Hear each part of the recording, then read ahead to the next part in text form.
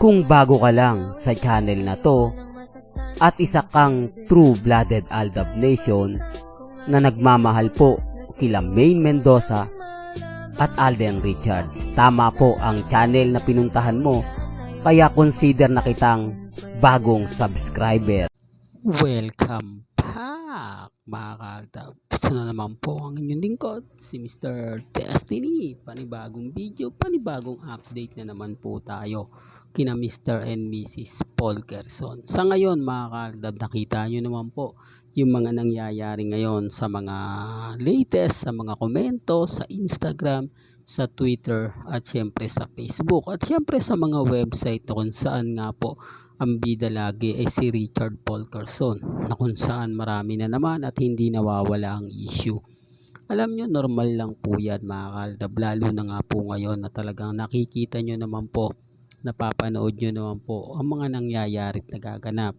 Lagi kong nire-remind at paulit-ulit kong nire-remind mga kaaldab na maging matatag lang kayo, maging kampante, kasi sa dami po ng mga issue, hindi mo na nga talaga alam kung sino yung paniniwalaan mo, kung sino na nga po ba ang nagsasabi ng totoo. Pinapakalat po kasi ng iilan na si Alden Richards may bago ng karelasyon po ba, at sinasabi ng iba na okay daw po ang pamilya Atayde.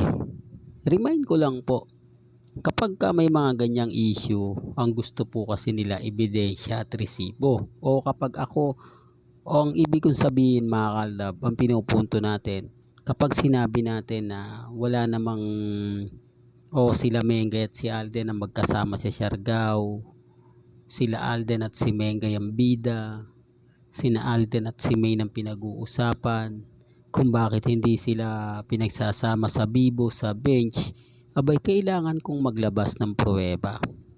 Kailangan kong magpatunay, maglabas ng mga resibo na magpapatotoo sa mga sinasabi ko para makumbinsi ko raw po sila, para mapaniwala ko po raw sila. Ito yung kumbaga lumalabas at talagang umaayon naman po sa atin, hindi po ba? Pero hindi nila tanggap. Pero kapag may mga video o mga issue, gaya nga po ngayong topic natin na si Alden, ang daming mga sinasabi, ang daming komento na kumbaga may karelasyon, wala naman po sila maipakitang ebidensya o resibo. Wala naman pong magpapatotoo din at magpapatunay sa mga sinasabi nila. Lahat lang po yun ay aligasyon. The same din naman po sa mga sinasabi ko. Kaya lang sa akin tumutugma. At syempre umaayon. Sa kanila wala eh. Gaya ng sinasabi nilang may karelasyon si Alden, wala namang may pakita. Ako sinasabi ko single lagi si Alden Richards, na tumatama naman po kay Alden. Sinasabi niya hanggang ngayon single siya at naghahanap ng the one. Hindi niya pinipilit kung darating man to o hindi. Yung tipong may inaantay siya, yung tipong tamang panahon. O at least mga kaaldab, kumukonekta. Yun po yung sinasabi ko. Dumidirect kay Alden Richards, sila puro haka-haka lang. Pagkatapos tayo pagbibintangan, tapos tayo yung lalabas na nagpapakalat ng maling impormasyon, gayong sila naman po yung nagsimula. O tayo lang naman po ang tumatapos at tayo lang naman po ang matyagang nag-aantay ng mga update ni na Alden Richards at ni Maine Polkerson, dahil Aldab po ako since 2015. Yan po yung isa sa rason. Di po ba wala naman po tayong ina-update na iba? Hindi naman tayo nakapokus lang sa mga ibang artista. Nakapokus tayo kina Alden at kay Maine.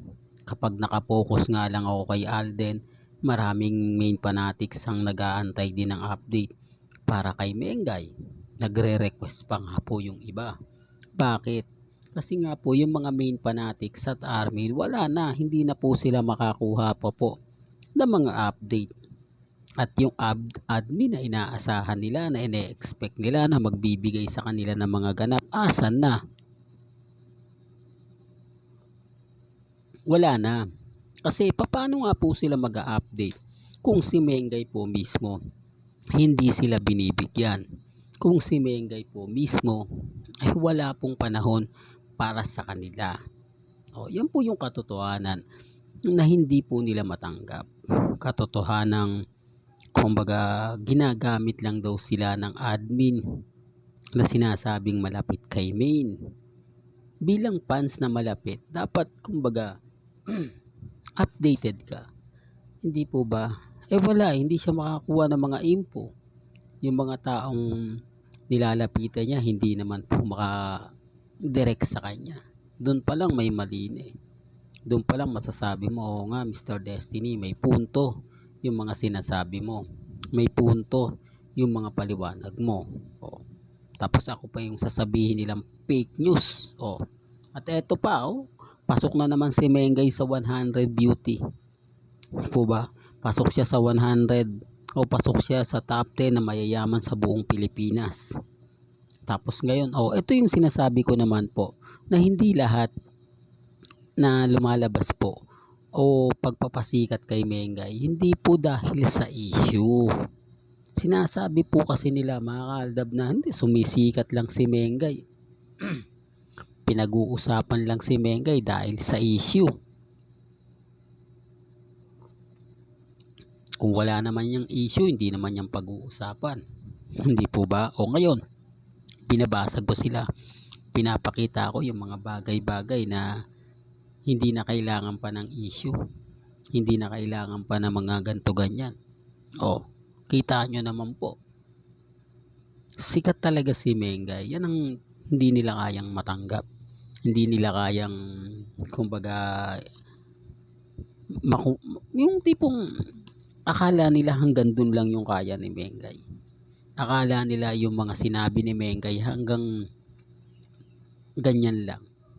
Doon pa lang po mga kaaldab, basag na sila eh. Kasi kung hindi sikat si Mengay, pagka-aksayan ba to ng panahon? Kung ang issue lang niya kay Ataide ang daming galit kay Ataide. Dahil nga po sa flood control project. Pero ano na yung mga nangyayari't nagaganap? Wala naman po sila maipakitang pruweba. Wala naman po sila masabi na si Mengay nalaos ng ganito ganyan. Gusto lang po nilang mawala. Galit po sila kasi nga po mga kaaldab, kapag trending si Alden, talagang umaayon si Main. Hindi po ba? Kung nasaan si Alden, nandun si Mengay. Nakadikit na po talaga yan eh. Hindi na mawawala. Yan ang isa po sa lagi kong pinaglalaban. Yan yung isa po sa gusto kong ipahayag at sabihin sa kanila. Pero syempre, nandun na po yung point natin mga kaaldab, na sinasabi natin na ipagpipilitan nila na keso ganito, keso ganun, na lahat ng mga pinapahayag natin ganito, kumukontra. Common sense na lang po. Hindi po ba? Ako kasi mga kaaldab, maraming tao ang tumututok po o maraming fandom po ang nagmamahal at sumusuporta kay Mr. Destiny. Yan ang hindi nila matanggap. Yan ang hindi po nila kumbaga magawang basagin. Yung mga sumusuporta at yung mga nagmamahal po sa channel ni Mr. Destiny. Kasi nga po kung wala rin naman po kayo, wala rin naman po yung channel natin. At hindi po tayo kumbaga magtatagumpay. At hindi po tayo pag-uusapan. Kaya nga lagi kong nire-remind at paulit-ulit kong sinasabi na maging relax lang po kayo, maging matatag, maging kampante, kasi ultimo si Alden Richards sumasang-ayon po sa atin. Ultimo si Mengay, hindi tayo pinapasakitan. Hindi tayo binibigyan ng mga masasakit, maanghang na salita o post video man lang na magbibigay suporta sa mga army. Never pong ginawa ni Mengay yan. Never po siyang kumbaga nagpakalat pa ng mga impormasyong wala naman po talagang kwenta. The real talk to mga kaaldab. Kaya nga po maraming affected sa mga sinasabi ko Tapos sinasabi ko pa, di po ba, na may Mag-comment man kayo dyan, pabor man o hindi, hindi ko dinidelete yan. Sila po dinidelete nila eh. Kasi alam po nila na hindi maganda sa website po nila. Real talk mga kaaldab. Well, hanggang dito na lang po ang ating latest updates. Kaya kung gusto nyo pa po ng pinaka-latest at sariwang update, abay tumutok lang po kayo dito po sa channel ni Mr. Destiny para updated kayo sa mga bago at sa mga latest na i-upload po natin maya-maya lang. Hanggang sa muli, salamat po sa panonood at pakikinig.